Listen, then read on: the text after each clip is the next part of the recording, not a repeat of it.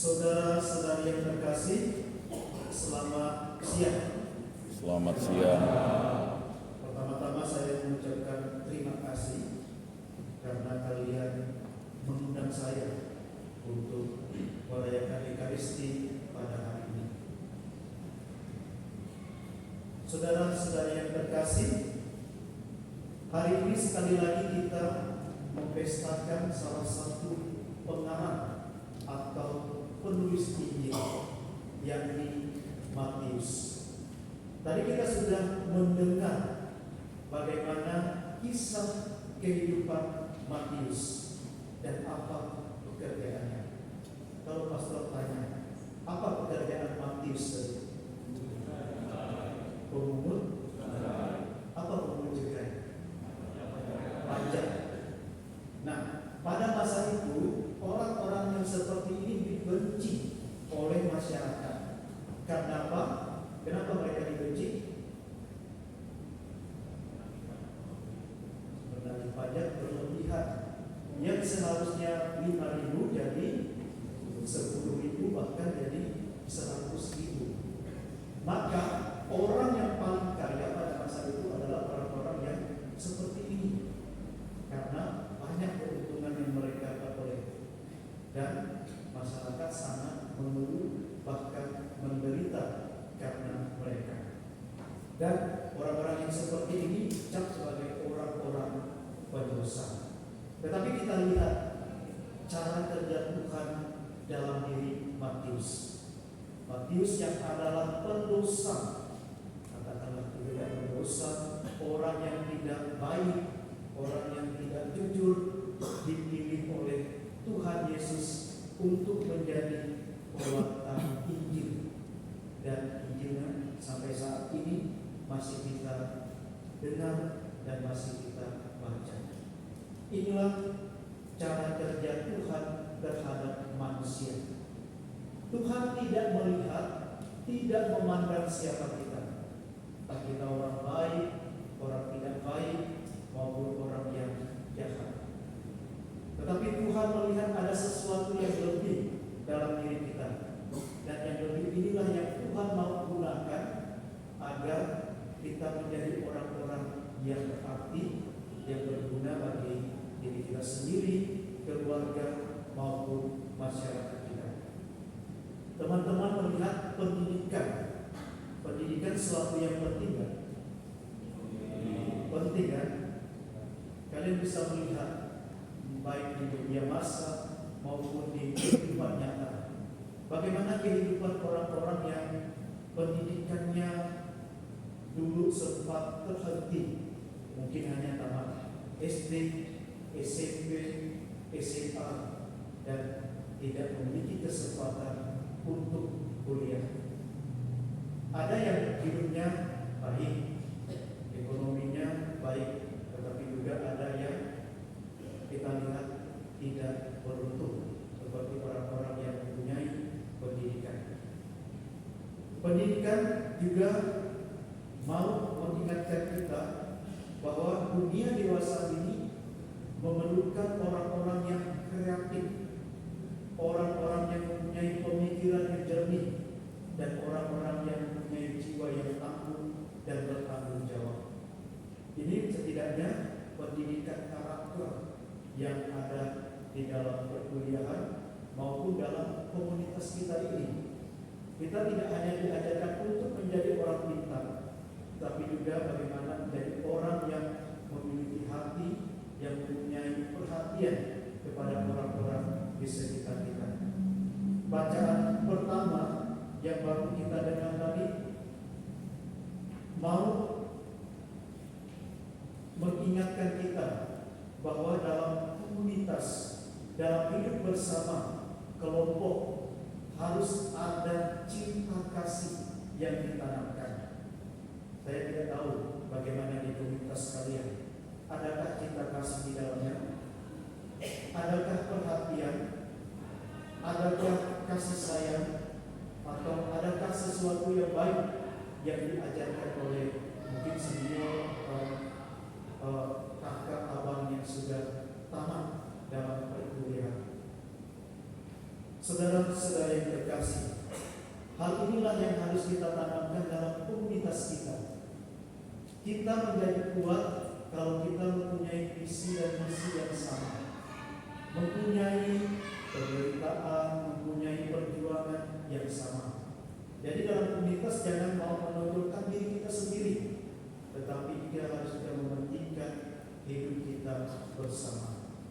Ini yang diajarkan oleh dalam bacaan pertama pada hari ini. Jadi apa yang kita pelajari dari bacaan pertama dan bacaan Injil pada hari ini, sekali lagi kita adalah orang-orang yang dipilih oleh Allah. Kita semua sudah dipersatukan dalam baptisan yang satu dan sama. Oleh karena itu, karena kita sudah menerima baptisan, maka kita juga mempunyai tugas dan perutusan kita sebagai anak-anak Allah.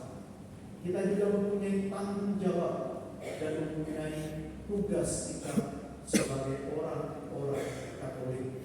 Kita belajar dari Matius pada hari ini. Kasih yang ia alami, kasih yang ia rasakan dalam hidupnya, ia tuangkan dalam tulisan.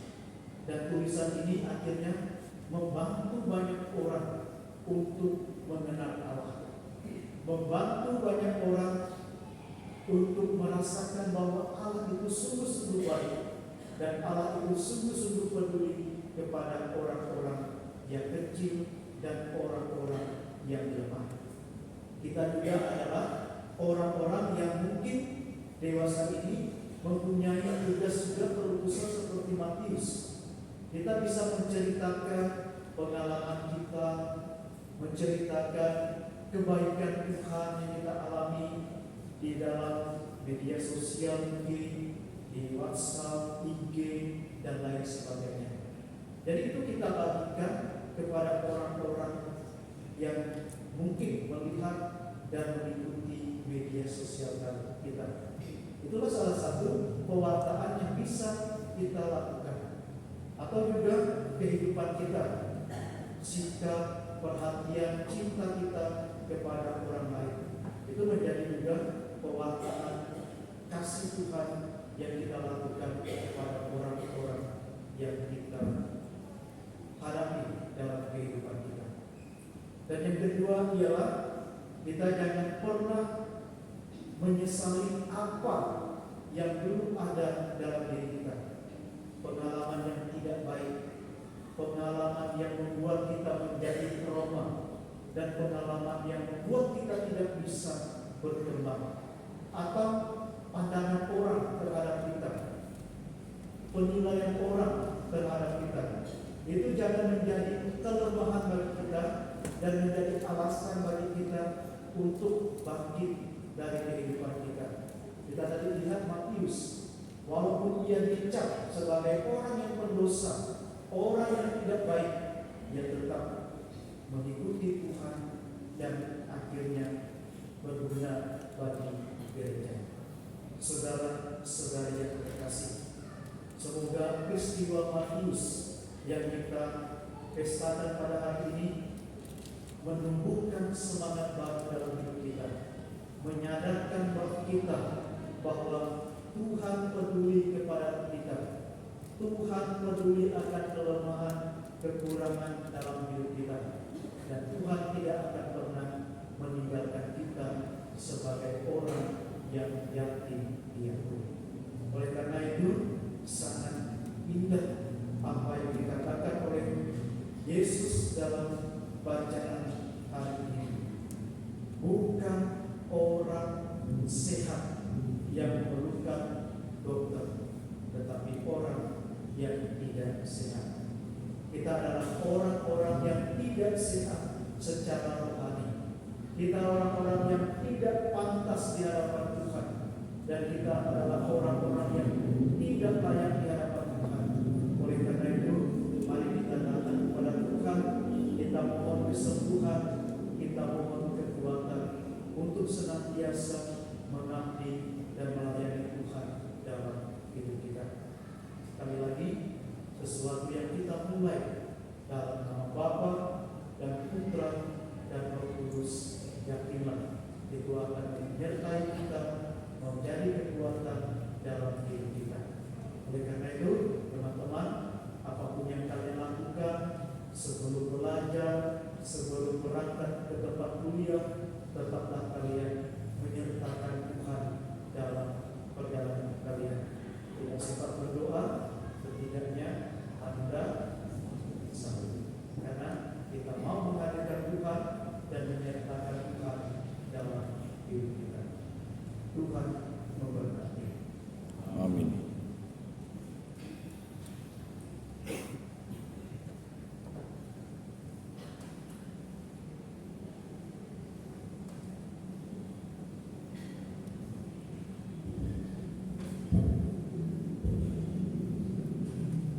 Mari kita menyampaikan doa kita pada Tuhan.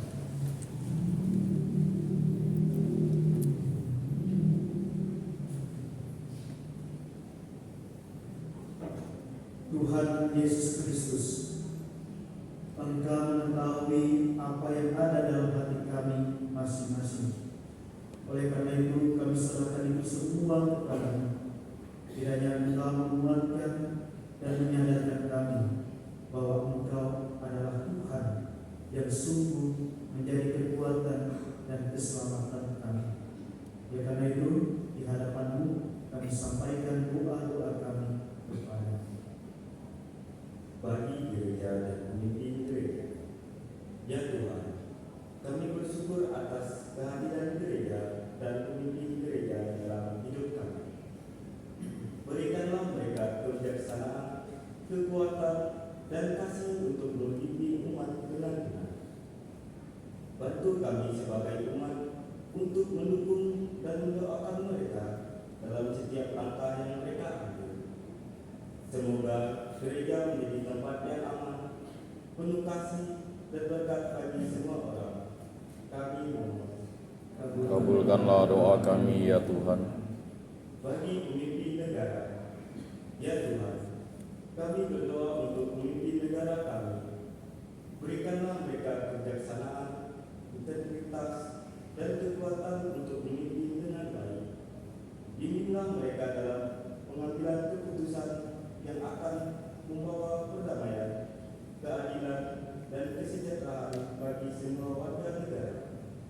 Semoga negara kami menjadi tempat yang aman, sejahtera, dan berkat bagi semua orang. Kami mohon. Kabulkanlah doa kami ya Tuhan. Bagi keluarga besar Kapatipa, ya Tuhan, kami bersyukur atas keluarga besar Kapatipa yang Engkau berikan kepada kami. Kami mohon agar Engkau terus memberkati dan melindungi keluarga besar Kapatipa. Bimbinglah kami untuk menjaga kebersamaan dan kehangatan. Semoga setiap anggota keluarga Kapatipa dapat bertumbuh dalam iman, kasih, dan kesetiaan kepada-Mu. Kami mohon. Kabulkanlah doa kami ya Tuhan. Bagi mahasiswa baru 2024, ya Tuhan, kami mohon agar Engkau memberkati mereka dengan kebijaksanaan, keberanian, dan semangat dalam menuntut ilmu. Semoga mereka merasa dekat dengan-Mu dan merasakan kehadiran-Mu dalam setiap langkah perjalanan akademis mereka. Bantulah mereka dalam menghadapi setiap tantangan dengan keteguhan dan kesabaran, serta jadi mereka alat kasih dan damai di tengah komunitas kampus. Kami mohon. Kabulkanlah doa kami ya Tuhan. Bagi kepentingan diri kita masing-masing, ya Tuhan, kami mohon agar Engkau memberkati kehidupan kami masing-masing. Bimbinglah kami dalam setiap langkah yang kami ambil, dan berikanlah kami kebijaksanaan untuk mengambil keputusan yang benar. Berikanlah kami kekuatan menghadapi tantangan dan kesabaran untuk mengatasi cobaan dunia saat ini. Bantulah kami untuk menjadi pribadi yang lebih baik setiap harinya dan terus bertumbuh dalam cita kasih Tuhan. Kami mohon. Kabulkanlah doa kami ya Tuhan. Ya Allah, kami juga mohon bimbingan dan penyertaan-Mu kepada orang tua kami serta saudara-saudari kami dan siapapun yang kami cintai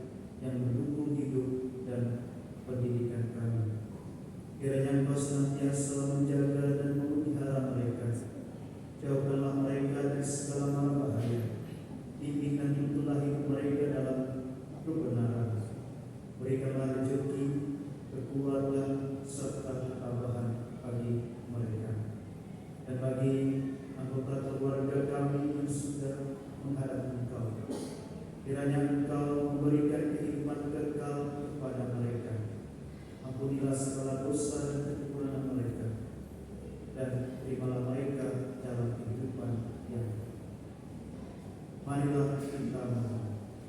Kabulkanlah doa kami ya Tuhan.